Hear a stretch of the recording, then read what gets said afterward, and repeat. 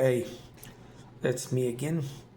For some reason, the day I got to thinking about an old story I heard online.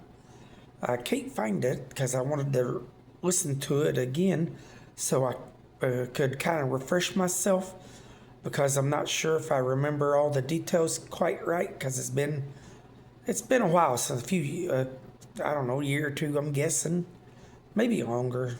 I think a couple years, but I'm not certain since I listened to it. But anyway, in this story, it's supposed to be a true story. I don't personally know it. It's a story I heard online, and it's billed as a true story.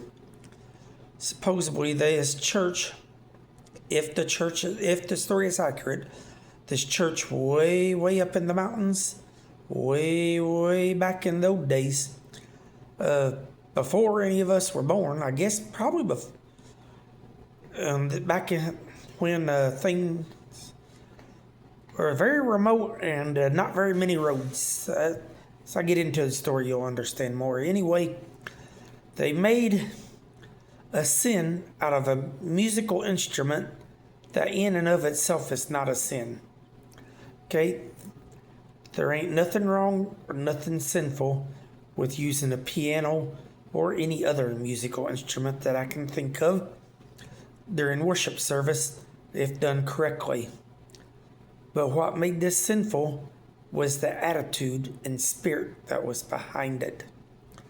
I guess it was an extremely remote church in an extremely remote area to where the piano that they wanted, the women one would have had to have been taken apart, packed in by mules, and then put back together. Now, there was some controversy as to whether or not they should get the piano. As best I can remember, some folks thought it was a waste of money and the church couldn't afford it.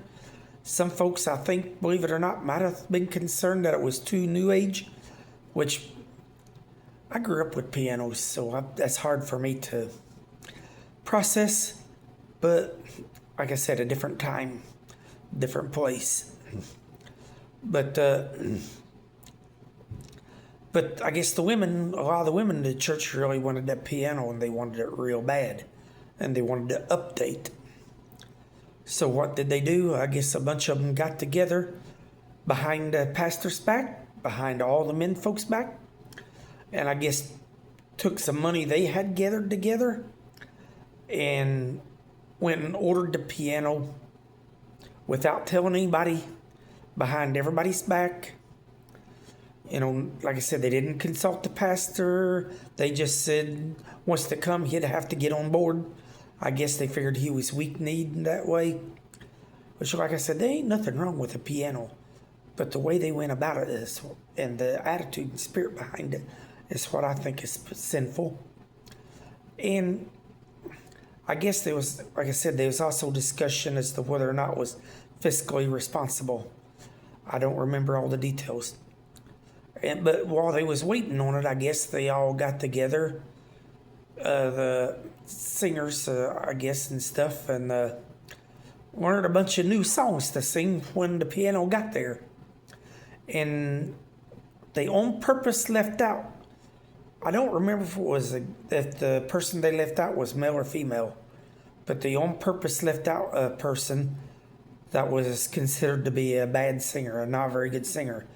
I guess sang out of key and all that stuff because they didn't want this person to know the songs, because they did not want this person to join in with the singing. I guess it was a tradition, which I like, is when the singers would do the singing, the whole congregation would join in and sing along with them. But they did not want this person to sing because this person sang out of key, I guess. I think that's the wrong spirit and wrong attitude as well. So I think the spirit and attitude behind it is what made it sinful. And they turned what could have, providing the church could afford it and all that. I don't know if they could or not. I don't remember that. But I guess there was some concern. But they took what could have been a good addition something that could have been good for the church and turned it into a sin because of their rotten thinking attitude. Like I said, if the story is accurate, it happens way, way back. So long ago that probably ain't none of our parents or grandparents were alive back in. So I'm not sure if automobiles were a thing then or not. If they were probably very rare. But like I said, it just jumped out at me. So everybody, please have the right spirit and right attitude. Don't take something that could be good and turn it into a sin. You can take any instrument or anything at all, no matter how good that thing can be. If you have the wrong spirit and wrong attitude, it's possible to make it into a sin. And hopefully I'm preaching to the choir with this, and hopefully this is coming out right and helping somebody. Thanks for watching. Good night and God bless.